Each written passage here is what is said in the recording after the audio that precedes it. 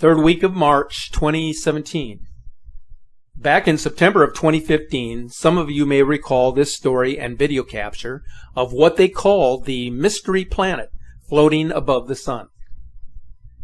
The short video clip, which was posted on YouTube, was believed to have been taken in Florida and apparently was showing a huge, brightly shining planet-like object in the sky as the sun was setting.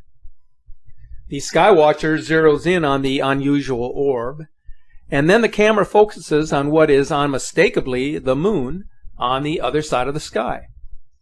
The camera then pans back across to the sun, and the brilliantly bright orb is still there, just above and to the left of the sun. The video was viewed tens of thousands of times on YouTube, but still today there is no explanation of what the planet is or how it could have appeared. Commenters on the site gave various explanations for this sighting, the usual litany of "this is what it is," without providing any evidence to substantiate their claims. Whether in support or in denial of the strange sighting in the sky, there is obviously something very strange and still unexplained about what's appearing in the skies all over the world. So here is the short video clip. Watch and listen carefully to what the sky observer has to say. Okay, so here I am out here in September, and as you can see, there's obviously a really very clear planet that is right north of the sun. And wow, I would love to say it was the moon, but since the moon happens to be right here on the opposite side, there's no way it is. And since we all have been taught in school that Mercury and Venus do not show up, oh, just look at that planet just beaming and shining right now. Somebody tell me what it is. You may be amazed at this, just as this person was, or maybe not. What we see and what we believe to be real is and always will be in the eyes of the beholder. Yes, there is a great deal of speculation. Everyone formulates their own opinions and ideas, but nothing is really set in stone. There is a scientific way of looking at the world, and there's a religious way, and the two very seldom intertwine. Each is unique in its own theories and beliefs, but it's really up to each one of us to determine what is real and what isn't. So here we are in 2017, and what do we see? The sky anomalies continue to increase. Our weather is more extreme than it has ever been. The crust of the earth continues to warm, causing ever-increasing volcanic activity. Even those that have been dormant for hundreds, even thousands of years, are suddenly roaring to life. The earth is opening, causing massive fissures to spread across the land, while the earth is in the midst of a sinkhole apocalypse. We know that all of these events are happening on a grand scale. What we don't know for certainty is what lies at the wake of these momentous events. Why are all of these sudden changes taking place at this time? Why is it that no one seems to have a real answer that can be accepted by both the scientific and the religious communities? I've mentioned on numerous occasions that the surest and most convincing way to determine if something ominous is approaching the Earth is to continue observing the numbers and the severity of seismic and volcanic events. The more violent they may be and the higher the frequency of occurrence, this will be an indicator on whether there is an outside influence that is disturbing the magnetic core of our Earth, and thus causing a collapse of the magnetosphere and the protective shield that surrounds our planet. If there is such a force, it will create a tilt of the Earth's axis, thus creating a wobbling effect, which will lead to odd weather patterns around the globe, such as what we saw this winter in places like the southern Mediterranean islands, the Arabian Desert, and in New Zealand, where record amounts of snow were recorded. If we are to accept that global warming is real, then we must determine if the change in climate conditions is the result of man-made polluting of the air, chemtrailing, and various forms of weather manipulation, or whether there is an outside force at work causing these sudden and drastic changes to occur. There is another more important matter that is weighing on the minds of many scientists at this time, and that has to do with mass extinction. With the sudden surge in extreme weather and violent earth changes, there is a growing consensus that the earth is spiraling out of control. It's heading towards an inevitable decline of plant and animal life, which will lead to famine and disease among the world's most populous communities and countries on this planet. It's already happening. Humans, through their own lack of knowledge and understanding, and by the consequences of their actions, are powerless to stop it from happening.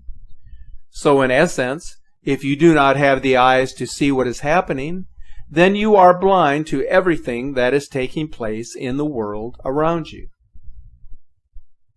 Periodic mass extinctions have happened on Earth as indicated in the global fossil records, and according to at least one astrophysicist and scientist, it could be linked to a suspected rogue planet.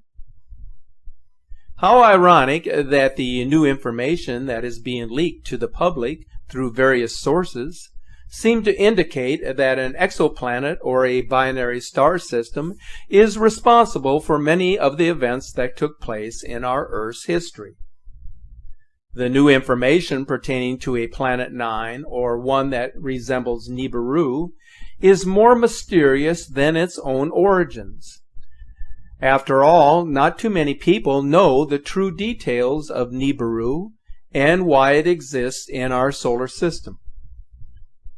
It all tends to coincide with what happened in the Earth's past and what is happening now. Dr. Mikao Kaku, a renowned physicist, has brought attention to the very real possibility of another mass extinction in our future. Now, he makes no mention of exoplanets as a determining factor in his interpretation, but the fact that our planet is in dire straits are emphasized in his comments in a way that many of us can understand and agree with. Let's listen in. Well, so far, if you analyze the last few hundred years of life on the Earth, human activity apparently has wiped out 1.4% of all plant and animal species, and it is 100 to 1,000 times faster than normal because of human population, development, pollution, overharvesting. And if you take a look at a zoo, many of the zoo animals that our children love, we may find them going extinct. The tiger, for example, may go extinct. Many of the familiar zoo animals, bears, and realize that 18,000 species are at risk. Climate change is also involved in this thing. Independent of where climate change comes from, we see that the seasons are changing. Summers are getting longer. Winters are getting shorter on average. And we always say that the early bird catches the worm, but that assumes that the worm and the bird are synchronized. Many of these cycles, the natural cycles, are being thrown into disarray, meaning, for example, droughts in China going on right now, perhaps famine in certain areas. So we humans cannot be divorced from what's happening in the natural world. Well, evolution says survival of the fittest, and so far we humans are among the fittest. But we are also at the top of the food chain, the top of the pyramid, and it wouldn't take much to dislodge us from being at the top of the food chain. Well, in science fiction, of course, the insects take over. But look at something very simple. We are dependent on just a few crops, wheat, rice, and just a few crops, and if a blight were to wipe out these crops, then a huge chunk of humanity would starve to death because we're so dependent on just a few plants and animals for our existence. We should be wary of overharvesting. For example, overharvesting the oceans. We have drag nets, which in principle could drag the entire oceans. That's how efficient our technology is. Also, wheat production we have to worry about because water is the key to wheat production, and there are going to be perhaps water wars in the future. Well, there'll always be water on the Earth. The question is the cost and what it would take to extract it, to desalinate it, to divert it, to irrigate. And so the cost of certain kinds of commodities could start to rise. So just because we're at the top of the food chain doesn't mean that we're invulnerable to what's happening outside where biodiversity is being threatened. In early 2016, scientists finally admitted that the so-called Planet 9 was causing our solar system to tilt, which may explain why the planets and constellations appear to be out of alignment. There is a general consensus that the spin axis is about 6 degrees off vertical. If their consensus is correct, then the assumption that an outside force is at play that is believed to be 10 times the mass of Earth may indeed be accurate. Astronomers think that at one time in the distant past, the so-called Planet 9 may have collided with another planet or object, possibly forming the asteroid belt, before sending the world into an oblong orbit. The new data collected by astronomers actually substantiates the late Zecharia Sitchin's research of what he called the 10th planet, or Planet X. Here then is some food for thought. In August of 2006, the International Astronomical Union downgraded Pluto's status from a planet to a dwarf planet. Pluto had been considered the 9th planet for as long as any of us can remember.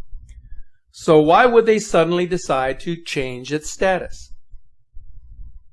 One plausible reason for the change was to allow the public to use the search term Planet 9 rather than Planet X, which already had a massive amount of information in the search archives. So what we have here is one more arsenal in the NASA book of tricks to divert your attention from what you need to know.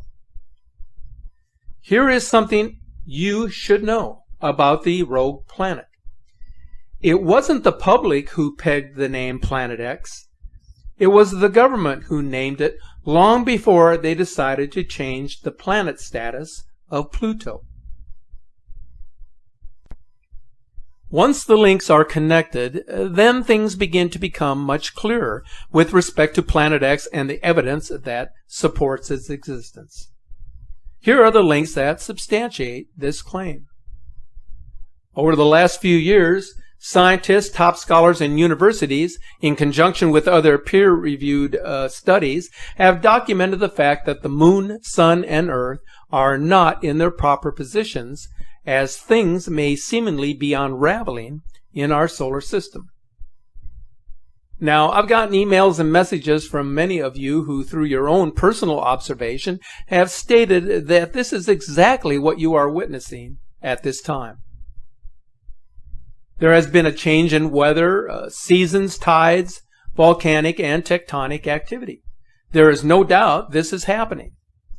If you frequent the Skywatch Media Facebook page, there are a number of video clips that document the tremendous changes that are now occurring. It's there for you to see if you care to take the time to watch and listen.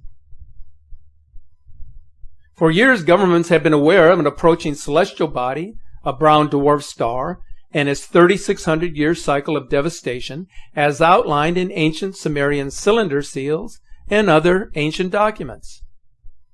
This excerpt from the Washington Post article dated December 30th of 1983 substantiates this claim.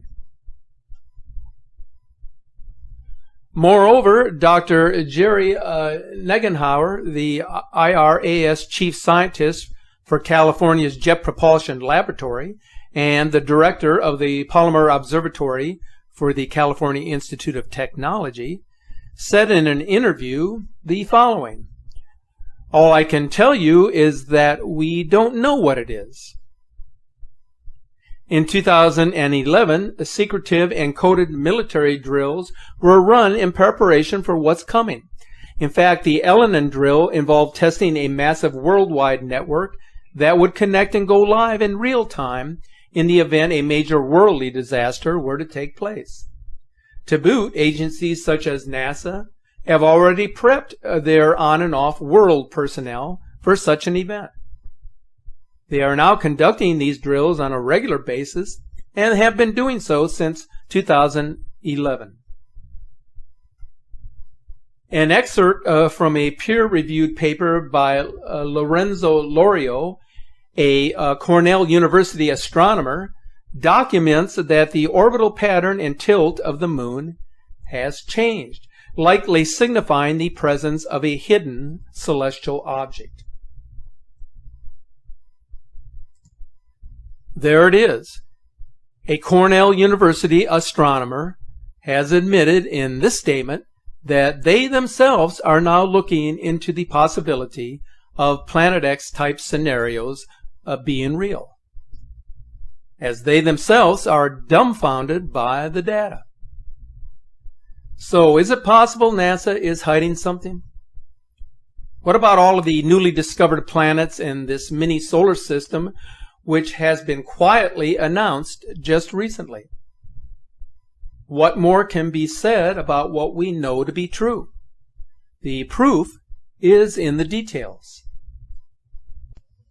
In closing, here is something that is strikingly odd that was recently posted to our Facebook page, which garnered a great deal of attention. On March 12th, the Cleveland EarthCam recorded a series of time frames, beginning at 8:05 p.m. and ending at 8:20. They appear to show the moon rising over Lake Erie, followed by an unidentified orb resembling a planet. There was considerable speculation as to what we had actually seen here. We know from investigating this phenomenon that it was not fabricated, because the frames are available for review in the EarthCam archives.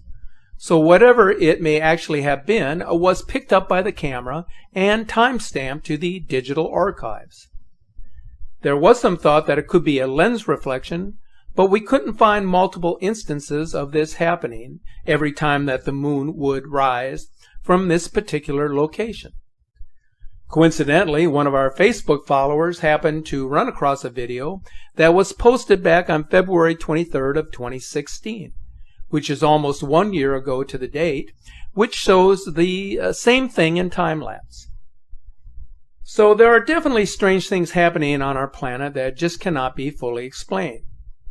That is why it is so important to fully investigate and thoroughly examine everything that suggests the presence of a heavenly body. As I said, it's important to determine what is real and what isn't. This is how we can best present evidence to substantiate our findings of a rogue planet or a binary star system. The more we search for the truth, the better our chances of finding it, and then establishing a basis for its